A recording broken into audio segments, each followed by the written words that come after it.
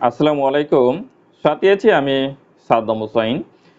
ভিডিওতে আলোচনা করব জ্বর নিয়ে আমাদের যত ভুল ধারণা রয়েছে সেই ভুল ধারণাটা নিয়ে বিস্তারিত এই ভিডিওতে আলোচনা করব। জ্বর নিয়ে আমরা সাধারণত যে ভুলগুলা করি এতে অনেক ভুলই আমাদের হয় যেটা আমাদের সাধারণত দরকার নেই এবং সে ভুলটা আমরা করি যার ফলে কিন্তু আমরা অনেক ক্ষতির সম্মুখীন হই। বর্তমানে যে মৌসুম রয়েছে বা বিভিন্ন মৌসুম পাল্টাচ্ছে একেক সময় একেক মৌসুম বা আমাদের যে ঋতু সেটা আছে এবং বর্তমানে যে গরম রয়েছে এবং দেখা যাচ্ছে এখানে ঋতু গরম বা ঋতু বৃষ্টি এরকম একটা আবহাওয়া কিন্তু বিরাজ করছে। এই সময় অনেকেই আক্রান্ত হচ্ছে সাধারণত জ্বরে, কিন্তু জ্বর নিয়ে আমাদের কিছু ভ্রান্ত ধারণা।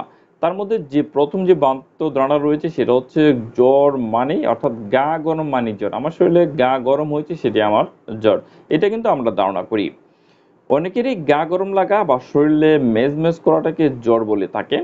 আবার অনেকে বলে থাকেন আমার তো সব সময় জ্বর থাকে। আবার অনেকেই শোনা যায় যে জ্বর থাকে কিন্তু থার্মোমিটারে ধরা পড়ে না বা সেটা থার্মোমিটারে আসে না। আসলে গা গরম বোধ হওয়া মানেই জ্বর নয়। আমাদের শরীরে সাধারণত তাপমাত্রাটা ৯৮.৪ ডিগ্রি ফারেনহাইটে থাকে এবং এটা অনেকেরই ১০০ বা ১০১ ডিগ্রি যে ফারেনহাইটের উপরে না গেলে এটাকে সাধারণত জ্বর বলা ঠিক নয় বা সেটাকে বলা উচিত নয়। আমরা সাধারণত ১০০ র উপরকে জ্বর বলব। জ্বরের সমাধান নিতে আপনাকে অবশ্যই যখন চিকিৎসকের কাছে যাবেন, যাওয়ার পরে আপনি অবশ্যই বাড়িতে বেশ কয়েক গ্রাম থার্মোমিটার দিয়ে আপনি জ্বরটাকে পরিমাপ করবেন এবং সেটা খাতাতে লিপিবদ্ধ করে রাখবেন। আপনার কোন টাইমে কত ডিগ্রি ফারেনহাইট আপনার শরীরের তাপমাত্রাটা ছিল। ২ নম্বরে যে ভুলটি করে থাকি সেটা হলো জ্বর মানেই খারাপ কিছু। এটা একটা বড় ভুল। যেকোনো জীবাণু বা খারাপ কিছুর বিরুদ্ধে শরীরের ১ম যে প্রতিরোধ ব্যবস্থাটা রয়েছে সেটাই জ্বর। তাই জ্বর খারাপ কিছু নয় এবং অনেকেই ভাইরাস, ব্যাকটেরিয়া ও নানান ধরনের জীবাণু প্রতিনিয়ত আমাদের শরীরে আক্রমণ করছে। এর বিরুদ্ধে লড়াই করার যে ১ম পদক্ষেপ রয়েছে সেটাই হচ্ছে জ্বর। তাই জ্বর নিয়ে আতঙ্কিত হওয়ার কোনোই কিছু নেই আমাদের। সাধারণত আমরা জ্বর নিয়ে আতঙ্কিত হব না। ৩ নাম্বার যে ভুলটা আমরা সাধারণত করি সেটা হলো যে জ্বর উঠা মাত্র তাকে নামিয়ে ফেলতে হবে। জ্বর বাড়া ঠিক নয় বা অনেকক্ষণ থাকাও ঠিক নয়, এটা একটি ধারণা অনেকেরই রয়েছে।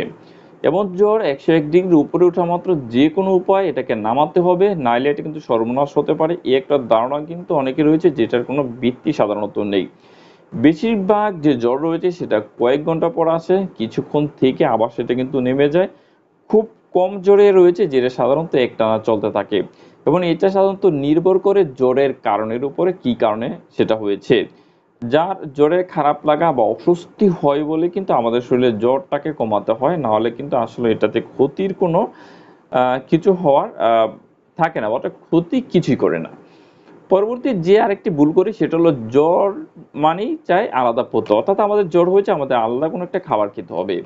একসময় জ্বর হলে রোগীকে আলাদা পথ্য দেওয়া হতো বা খাবার দেওয়া হতো। এখানে রোগীকে স্যুপ, জাউ ইত্যাদি দিয়েই থাকা হয়েছিল।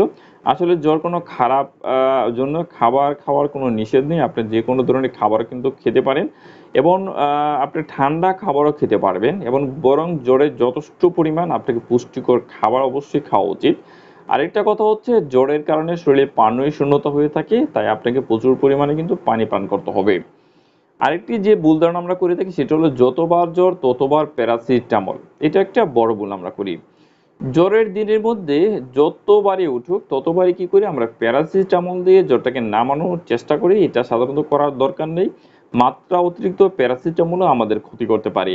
অনেকের ধারণা রয়েছে যে মুখে খাবার বড়ির নির্দিষ্ট একটি মাত্রা রয়েছে, কিন্তু সাপোজিটরির কোনো মাত্রা নেই, যত খুশি ব্যবহার করা যায়। এটাও কিন্তু খুবই একটি মারাত্মক ভ্রান্ত ধারণা যেটা কখনো ঠিক নয় এবং সেটাও কিন্তু ক্ষতির কারণ হতে পারে।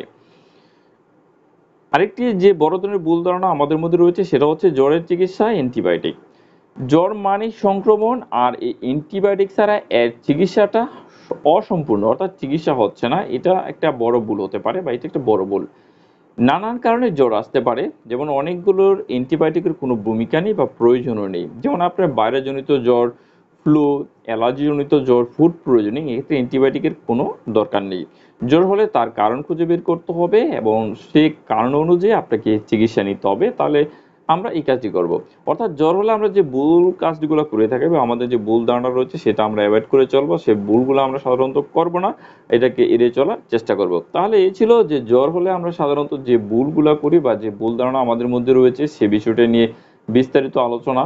যদি ভিডিওটি আপনার ভালো লাগে তাহলে অবশ্যই ভিডিওতে একটি লাইক করবেন, কমেন্টস করে আপনার মতামত দিতে পারেন বা প্রশ্ন করতে পারেন। আমি চেষ্টা করব আপনাদের প্রতিটি প্রশ্নের উত্তর দেওয়ার জন্য।